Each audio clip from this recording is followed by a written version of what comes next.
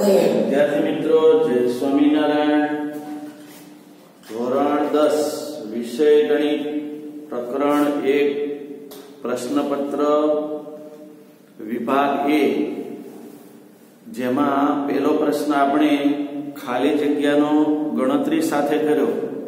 હવે આપણે બીજો પ્રશ્ન યોગ્ય વિકલ્પ પસંદ કરી જવાબ લખો જે લઈએ છે, જેની કી મેં આપી છે. 10 પ્રશ્નો છે. પહેલા પ્રશ્નપત્રમાં વિકલ્પ 10 રાખ્યા છે. બીજા પ્રશ્નપત્રથી આપણે 5 ખાલી જગ્યા, 5 વિકલ્પ, 5 એક શબ્દ સમૂહ અને 5 ખરા ખોટા, એમ 5 ચોક 20 માર્કના પ્રકરણ 1 થી લઈને 15 સુધીના ટેસ્ટ પેપરો છે, જેનું સોલ્યુશન પહેલા પ્રશ્નપત્રનું ચાલી રહ્યું છે. પ્રકરણ પહેલું પેપર સોલ્યુશન વિભાગ A, ક્વેશ્ચન 2, યોગ્ય વિકલ્પ પસંદ કરી ખાલી જવાબ પૂરો. કોઈ પણ ધનપૂર્ણાંક a ના વર્ગને 6 વડે ભાગતા શેષ ખાલી જગ્યા ન હોઈ શકે. હવે તેમાં વિકલ્પ આપ્યા છે 0, 2, 1, 3, 4, 5. 1, 3, 4, 5 આવા વિકલ્પ આપ્યા છે. પહેલો A, બીજો B, ત્રીજો C, ચોથો D. તો અહીંયા તમે કોઈ પણ ધનપૂર્ણાંક લો, 1 લો, 2 લો, 3 લો, 4 લો, 5 લો, 6 લો કે 7 લો, આ બધી ધનપૂર્ણાંક સંખ્યાઓ કહેવાય. હવે એના વર્ગ કરો, ના વર્ગો, આનો વર્ગ 1, આનો 4, આનો 9, આનો 16, આનો 25, આનો 36, આનો 49. એના વર્ગને 6 વડે ભાગો, 6 વડે ભાગો તો શેષ શું ન હોઈ શકે. હવે એકને તમે 6 વડે ભાગો, ભાગ ન ચાલે, શું મૂક્યું, પોઈન્ટ મૂક્યો, 6 એકા 6, કેટલી વધી શેષ 4. પછી 4 ને તમે 6 વડે ભાગો, ભાગ ન ચાલે, પડી 0, 6 36, 6 7 42 વધી જાય, 4 વધ્યા, શેષ પાછી 4 થઈ. વળી 9 ને તમે 6 વડે ભાગો, 6 એકા 6, 3 વધ્યા, શેષ 3 વધી. 16 ભાગ્યા 6 કરો, 6 દુને 12, 4 વધ્યા, શેષ 4 વધી. એનો અર્થ એવો કે 6 વડે કોઈ પણ ધનપૂર્ણાંક સંખ્યાના વર્ગને 6 વડે ભાગતા શેષ 5 ન હોઈ શકે. 4 સુધી હોઈ શકે પણ 5 ન હોઈ શકે. એટલે આપણો જવાબ છે D, વિકલ્પ 5. તો વાક્ય રચના વાંચ્યા પછી એને સમજવાની કોશિશ કરવાની અને પછી એનો વર્ગ કરવાનો, પછી દરેકને 6 વડે ભાગવાનો. તો શેષ માગી છે, નહીં કે ભાગફળ. આ ધ્યાન રાખવાનું. બીજો પ્રશ્ન છે યુક્લિડના ભાગાકારના પૂર્વ પ્રમેય અનુસાર ધનપૂર્ણાંક a માટે a અને 5 માટે a બરાબર 5 પ્લસ r અનન્ય હોય તો r બરાબર ખાલી જગ્યા શક્ય નથી. r બરાબર ખાલી જગ્યા શક્ય નથી. વિકલ્પની અંદર 0, 2, 6, 4. તો તમે જો મિત્રો, અહીંયા આગળ આ ભાજ્ય, આ ભાગફળ, ભાજક ભાગફળ વત્તા શેષ એટલે ભાજ્ય બને.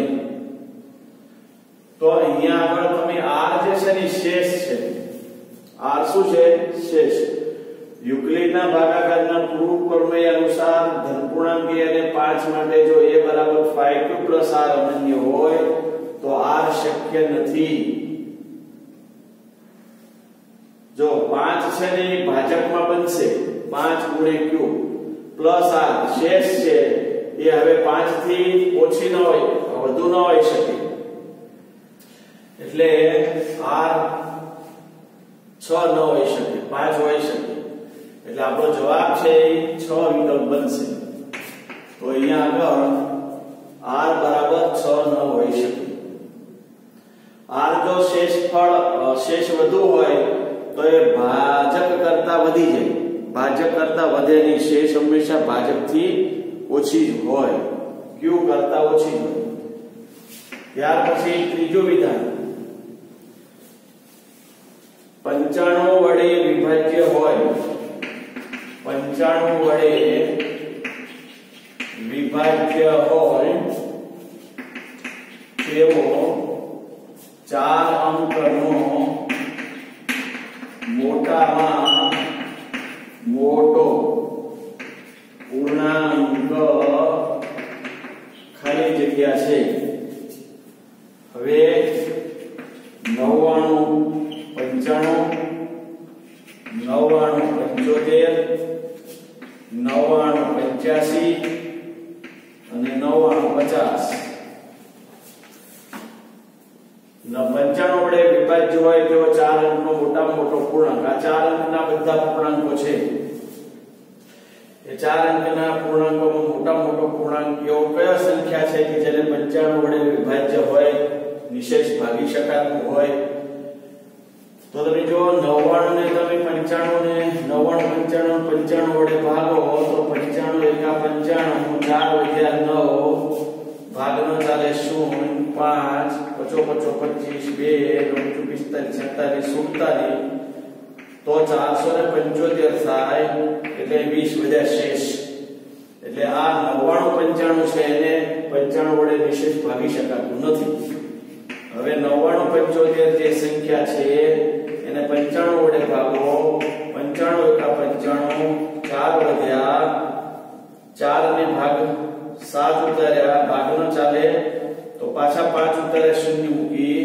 હવે 95 475 તો શેષ શૂન્ય આવી 105 વડે ભગાય છે તો 95 વડે વિભાજ્ય હોય તેવો 4 અંકનો મોટામાં મોટો પૂર્ણાંક જો ગણીએ તો એ 99 75 બી વિકલ્પ છે તો આ રીતે મિત્રો પહેલા પ્રકરણના પ્રશ્નો જે છે તે વિભાગ A ની અંદર જુદી જુદી રીતે પૂછી શકે મેં અહીંયા વિકલ્પ તરીકે મૂક્યો છે તો કોઈ પેપર એક્ઝામિનર એને ખાલી જગ્યામાં પણ પૂછી શકે કોઈ એક્ઝામિન પેપર સેટર છે એને ખરા ખોટામાં પણ મૂકી શકે કોઈ પેપર સેટર છે એને એક શબ્દ કે વાક્યમાં જવાબમાં પૂછી શકે એટલે અહીંયા જે કંઈ પ્રશ્ન પ્રકરણ 1 ના જે વિભાગ A ના જે પ્રશ્નો હોય તો કે ખાલી જગ્યાવાળા ખાલી જગ્યામાં જ પૂછાય ખરા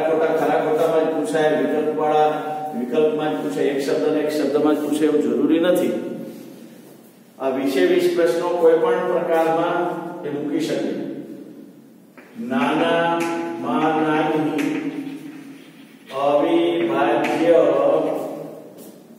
સંખ્યા અને નાનામાં નાની વિભાજ્ય સંખ્યાનો ગુણાકાર સંખ્યાનો લસાઅ ખાલી જગ્યા છે 4 3 2 1 હવે આપણે એને સમજવા પ્રયત્ન કરીએ હવે નાનામાં નાની અવિભાજ્ય સંખ્યા એક છે વિભાજ્ય નથી અને અવિભાજ્ય પણ નથી તો હવે એક બીજો 2 અંક પછી 3 અંક પછી 5 અંક પછી 7 અંક આ બધી અવિભાજ્ય સંખ્યાઓ છે અવિભાજ્ય સંખ્યાઓ છે એમાં નાનામાં નાની અવિભાજ્ય સંખ્યા એટલે 2 હવે સંખ્યાને નાનામાં નાની વિભાજ્ય સંખ્યા નાનામાં નાની વિભાજ્ય સંખ્યા એટલે આની અંદર હવે ચોકડો આવે તો 1 2 3 એક અવિભાજ્ય નથી 2 અને 3 અવિભાજ્ય છે તો 4 એવી સંખ્યા છે જે નાનામાં નાની વિભાજ્ય થઈ તો આ 2 અને 4 નો લસાઅ ખાલી જગ્યા છે તો તો નાનામાં નાની અવિભાજ્ય સંખ્યા અને નાનામાં નાની વિભાજ્ય સંખ્યા. હવે અહીંયા વિભાજ્ય સંખ્યા લખું, વિભાજ્ય સંખ્યા બરાબર 4. હવે આ નાનામાં નાની અવિભાજ્ય અને નાનામાં નાની વિભાજ્ય એ બંને સંખ્યાનો લસા તમારે કહેવાનો છે. તો 2 વડે 1 2, 2 વડે 1 1, એટલે 2 ગુણ્યા 2 એટલે કે 4. તો તમારે લસા 4 આવ્યું. તો કયો વિકલ્પ છે?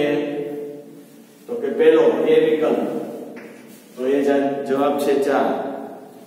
તો આવી રીતે તમને વિભાજ્ય, અવિભાજ્ય, અયુગ્મ, યુગ્મ, પૂર્ણ વર્ગ, પૂર્ણ ઘન એ બધી સંખ્યાઓનો ખ્યાલ હોવો જોઈએ, તો જવાબ સ્પષ્ટ રીતે આપી શકીએ. 5મી 2 ધન પૂર્ણાંકો a અને b માટે જો ગુસાઅ ab બરાબર 7 અને લસાઅ ab બરાબર 385 હોય તો a ગુણ્યા b ખાલી જગ્યા મળે. હવે એની અંદર વિકલ્પમાં 385 2695 2595 અને 2675 આવા જવાબો આપેલા છે. હવે આપણે ચેક કરીએ. બે ધન પૂર્ણાંકો ab માટે ગુસા અને લસા આપેલા છે, તો a ગુણ્યા b શોધો. તો આપણે સૂત્ર ખબર છે, ગુસા ab ગુણ્યા લસા ab બરાબર a ગુણ્યા b. આ આપણા પ્રથમ પ્રકરણની અંદરનું ખૂબ જ અગત્યનું સૂત્ર છે, યાદ રાખજો. 1 2 અને 3 એમાં કોઈ પણ બે આપ્યા ત્રીજું મળે. તો તમને લસા આપ્યો છે 7 ગુણ્યા ગુસા આપ્યો છે લસા 385 ને ગુસા 7. લસા કેટલો છે? 385 બરાબર a ગુણ્યા b. લાભ એનો ગુણાકાર કે આપણે a ગુણ્યા b ખાલી જગ્યા મળે. તો અહીંયા 7 વડે 7 × 5 = 3 856 57 58 59 5 7 × 21 5 26 95 બરાબર a ગુણ્યા b બરાબર a ગુણ્યા b. તો વિકલ્પ કયો છે? 2695 એટલે b. તો અહીંયા આગળ b વિકલ્પ છે 2695. તો મિત્રો આવા બે ધન પૂર્ણાંકો આપેલા હોય અને b અને એના લસા ગુસા પૈકી કોઈ પણ ત્રણમાંથી બે આપ્યા હોય તો ત્રીજું પરિબળ તમને પ્રાપ્ત થાય. પણ સમીકરણ આ યાદ હોવું જોઈએ. એટલે મિત્રો ગણિતના જેટલા બે સૂત્રો, વ્યાખ્યાઓ એ બધાને ધ્યાનમાં રાખવું જોઈએ. 6 ખાલી જગ્યા a અસંમેય સંખ્યા નથી. √6 √5 √3 7મું ખાલી જગ્યાએ વર્ગમૂળ 2 અને વર્ગમૂળ 3 વચ્ચે આવેલ સંખ્યા સમમેય સંખ્યા છે. સમમેય સંખ્યા છે. વિકલ્પની અંદર 4/5 3/2 3/4 6/5. આ બંને પ્રશ્નો આપણે ચર્ચીએ. બીજો, જે સંખ્યાઓને અનંત અનાવૃત તરીકે દર્શાવી શકો તે અસમમેય સંખ્યા હોય. તો અહીંયા જો 6 √5 √3 એને અનંત અનાવૃત્ત તરીકે દર્શાવી શકાય, કારણ કે એના વર્ગમૂળ કાઢશો ત્યારે દશાંશ સ્થળ પછી અનંત અનાવૃત્ત આવશે. તો આ 4 √ છે, √4 બરાબર 2 થશે. તો આ √2 √4 એટલે 2 એ અસમમેય નથી, એ સમમેય સંખ્યા છે. એટલે આપણને અહીંયા સી વિકલ્પ √4 એ અસમમેય નથી, એ સમમેય છે, કારણ કે તેનું વર્ગમૂળ 2 મળે છે. હવે √2 અને √3 વચ્ચે આવેલ સમમેય સંખ્યા કઈ? તો જો √2 બરાબર 1.41 અને √3 1.73.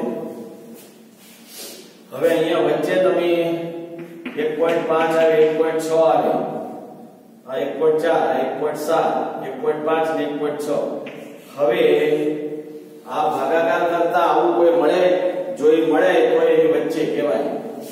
તો 4 ને 5 વડે ભાગો,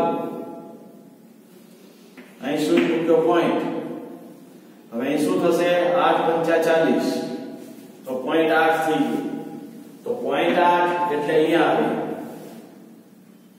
સોરી 0.8 એટલે ઉપર આવે, કારણ કે 1 થી ઓછું કહેવાય, આ 1 થી ઓછું છે. તો આપણે 1 અને 1.4 ને 1.7 ની વચ્ચે આવે એ સંખ્યા માંગી છે. તો 0.8 એ તો 1 થી પણ ઓછું છે, એટલે એ નો મળે. પછી 3/2, 3 ને 2 વડે ભાગો, તો 2 × 2 = 0.5 × 10 1.5, તો એ આવે છે. તો આ શક્યતા વધી ગઈ અને બી વિકલ્પ ઓકે છે, 3/2. હવે તમે 3 ને 4 વડે ભાગો, તો 0 મૂકી 7 ચોક 28, એટલે 0.7 એ ઓછું છે, એટલે આ ન હોય. 6 ભાગ્યા 5 × 5 1/0 મૂક્યો પોઈન્ટ, 5 × 10 1.2, તો એ પણ ઓછું છે, એ પણ ના આવે.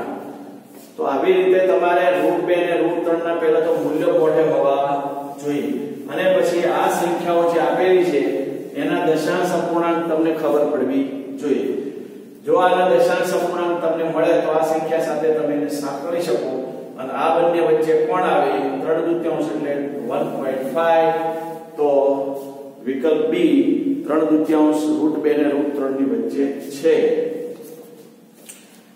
ત્યાર પછી 8મો મુદ્દો, જો ગુસાઅ 65 170 બરાબર 6m - 170 હોય તો m બરાબર ખાલી જગ્યા, તો એમાં 4 2 1 3 4 2 1 3 એ વિકલ્પ આપેલો છે.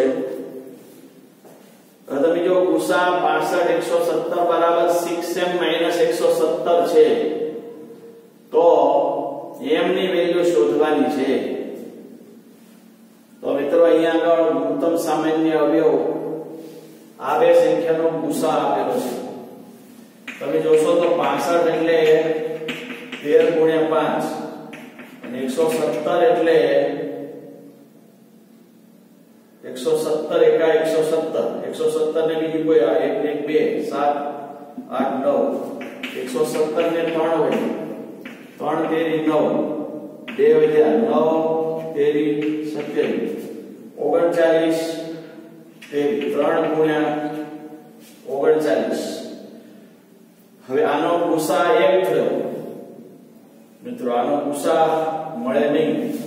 અહીંયા 13 ને 5 ને 3 ને 39, 9 તેરી 27, 2 13 9 10 11, 13 તેરી 39. હા, અહીંયા 13 તેરી 39, 13 તેરી 39, 39 તેરી 170. તો આપણી પાસે ગુસા બરાબર શું આવશે? 13. ગુસા એટલે બંને પદોની અંદર કોમન હોય તે. તો અહીંયા 13 ગુસા મળ્યો. હવે ગુસા આનો ગુસા આ છે એટલે આની બરાબર 13 છે, એનો અર્થ એવો થયો આ સંખ્યાનો ગુસા આ છે, આ બે સંખ્યાનો ગુસા 13 છે, આની બરાબર 13. તો 6m બરાબર 13 + 117 7 3 10 0 1 ને 2 ને 3 અને 1 એને ભાગ્યા 6 6 2 12 6m - 117 બરાબર 13 7 ને 3 10 0 વધ્યો 1 ને 2 ને 3 1 નો 1 6 વડે ભાગાકાર 130 ભાગ્યા 2 6 6 2 12 1 0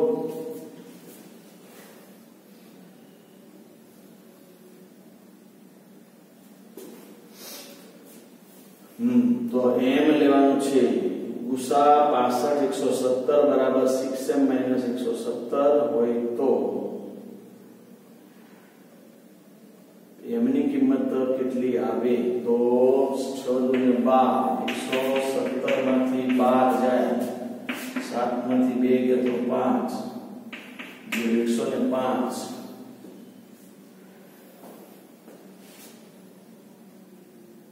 ગુસા 105 m બરાબર 2 આવે છે.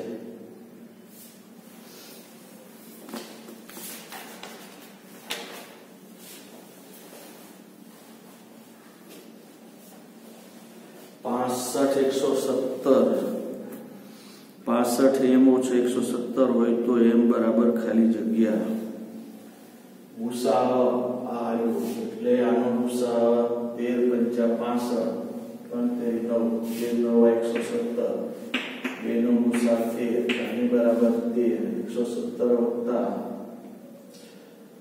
3 ને 7 0 117 13 0 1 એટલે 3 130 ભાગ્યા 6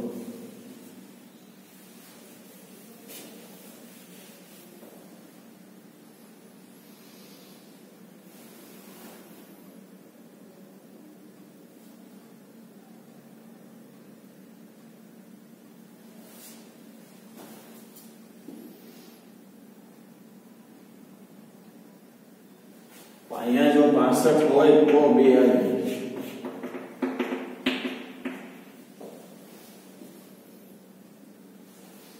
આ સંખ્યા એને લીધેલી છે. અત્યારે મિત્રો વિકલ્પ 2 છે એ રાખો પછી આને ફરી પાછું સમજાવીશું કે આમાં કઈ સમજણમાં ભેદ છે. 117 બરાબર 3 તેરી 9 તેરી 39 39 તેરી 117 13 5 6m - 117 હોય તો m કેટલા વધે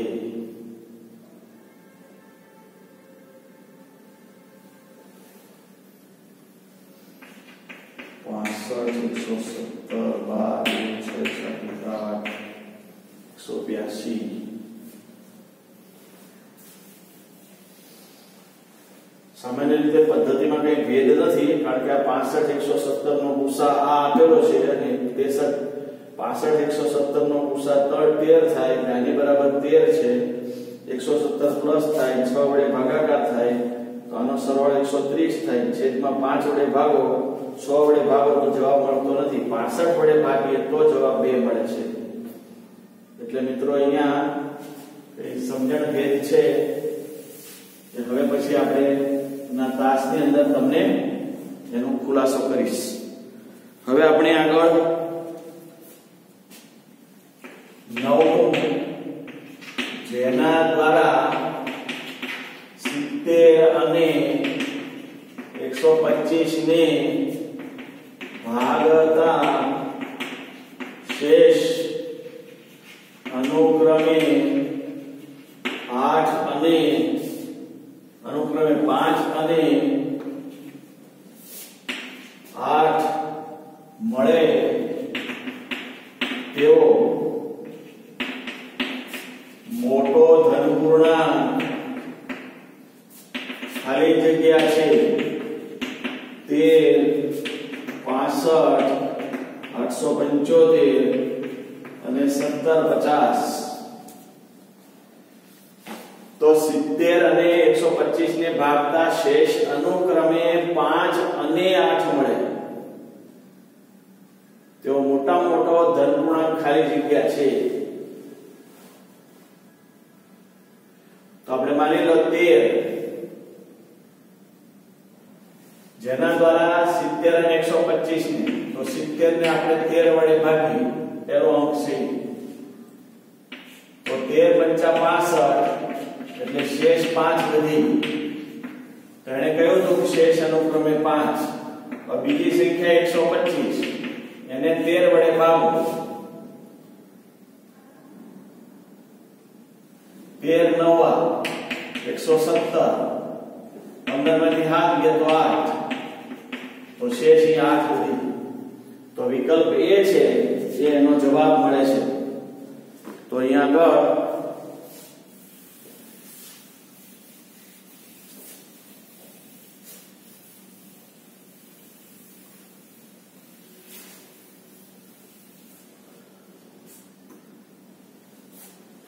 ત્યાર પછી 10મું વિધાન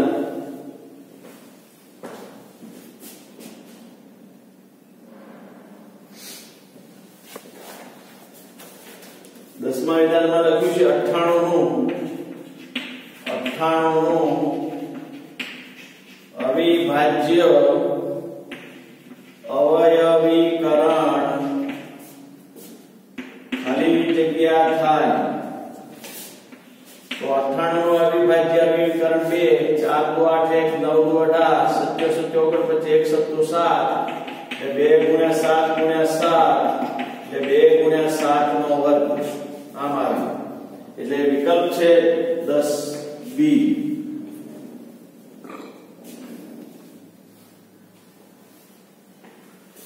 તો અમે આગળ આપણો પ્રશ્ન 1 નો બીજો પ્રશ્ન વિકલ્પ વાળો એ પૂર્ણ થયો હવે ખરા ખોટા છે આની પછીના તાસમાં લેશું